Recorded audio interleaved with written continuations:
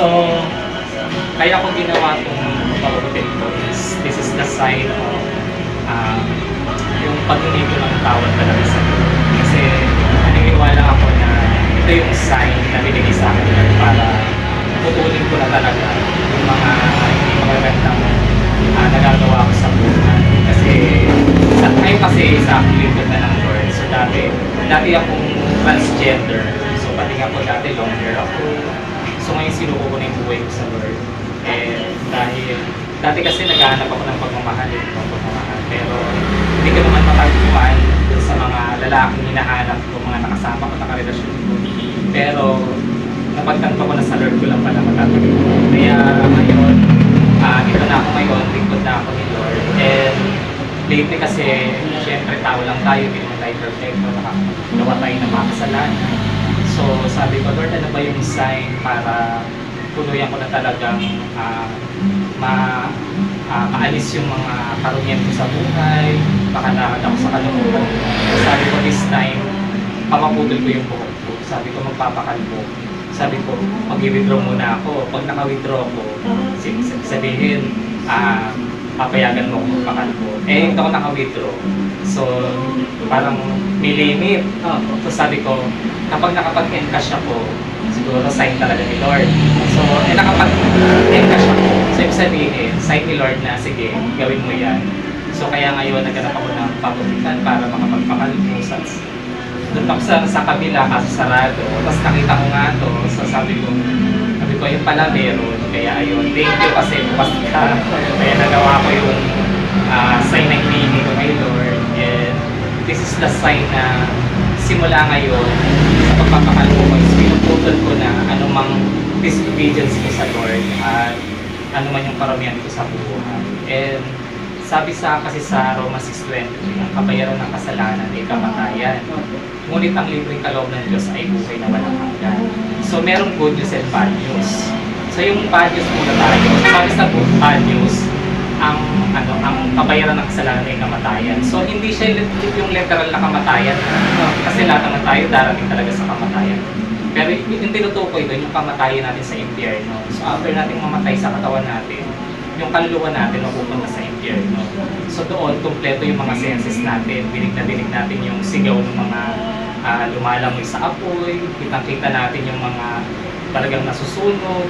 Amoy na amoy natin yung baho doon. Yung lasa ng paer.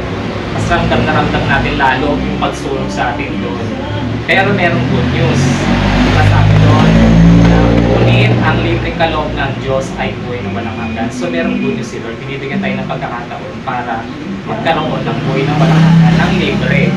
So paano ba natin matatanggap yung buhay na walang hanggan? So sa pamamagitan ni Jesus Christ.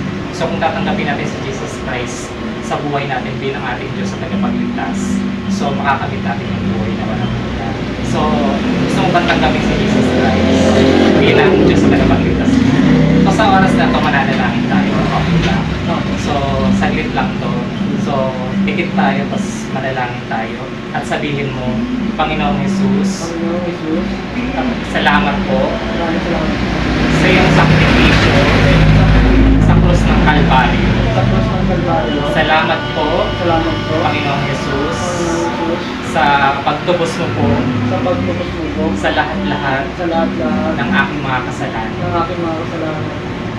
Panginoong Jesus, simula po ngayon, humingi po ako ng kapatawaran sa lahat-lahat ng aking mga kasalanan.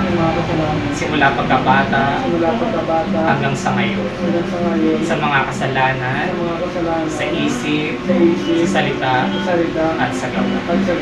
Simula po ngayon, Panginoong Jesus, tinatanggap kita bilang aking Panginoon at tagapagligtas.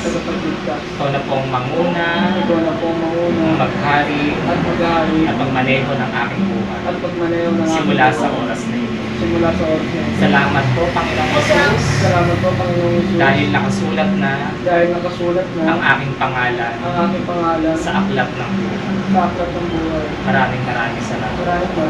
Ako na lang mag-pray. Yes, Lord, maraming salamat po, Lord, sa oras na ito na bigyan mo ko ng pagkakataon na mabahagi ang iyong kabutihan sa taong ito, Lord Jesus. Lord, nakita mo siya na sinuko niya ang kanyang buhay sa iyo, Lord Jesus. Tinanggap ka niya bilang kanyang Diyos at tagapagligtas. Lord, patuloy mo siyang bigyan ng pagkakilala sa iyo, Lord Jesus. I-encounter mo siya, Lord Jesus. Kilapit mo siya sa iyo, malapit na malapit, Lord Jesus. Lord, ikaw po ang magbulat sa kanya sa katotohanan. Lord, ito na po yung simula, Lord Jesus, ng paglapit niya sa iyo, Lord Jesus. Lord, patuloy mo pong pagpalain ang batang ito, Lord Jesus, sa lahat po ng kanyang aspeto ng buhay. At ito pong kanyang business, Lord Jesus. Bigyan mo po siya ng maraming customer, Lord Jesus. Pagpalain mo po siya, Lord Jesus. At Lord, lahat po nangahawakan ng kanyang kamay, Lord Jesus. Pagpalain mo po, Lord Jesus. At Lord, kiniklaim po namin na ibubuhos mo po ang pagpapala, Lord, sa shop na ito, Lord Jesus. Lord, ikaw na pong bahala sa kanya. Pagpalain mo po siya, pati po ang kanyang buong pamilya. Maraming salamat po, Lord Jesus. Ito po ang aming panalangin sa pangalan ni Jesus. Amen. So, thank you. Ang pangalan mo din? Omar. So, ilan taon ka na? 23 po. Nice to meet you. Ako nga pala si Brother Ken.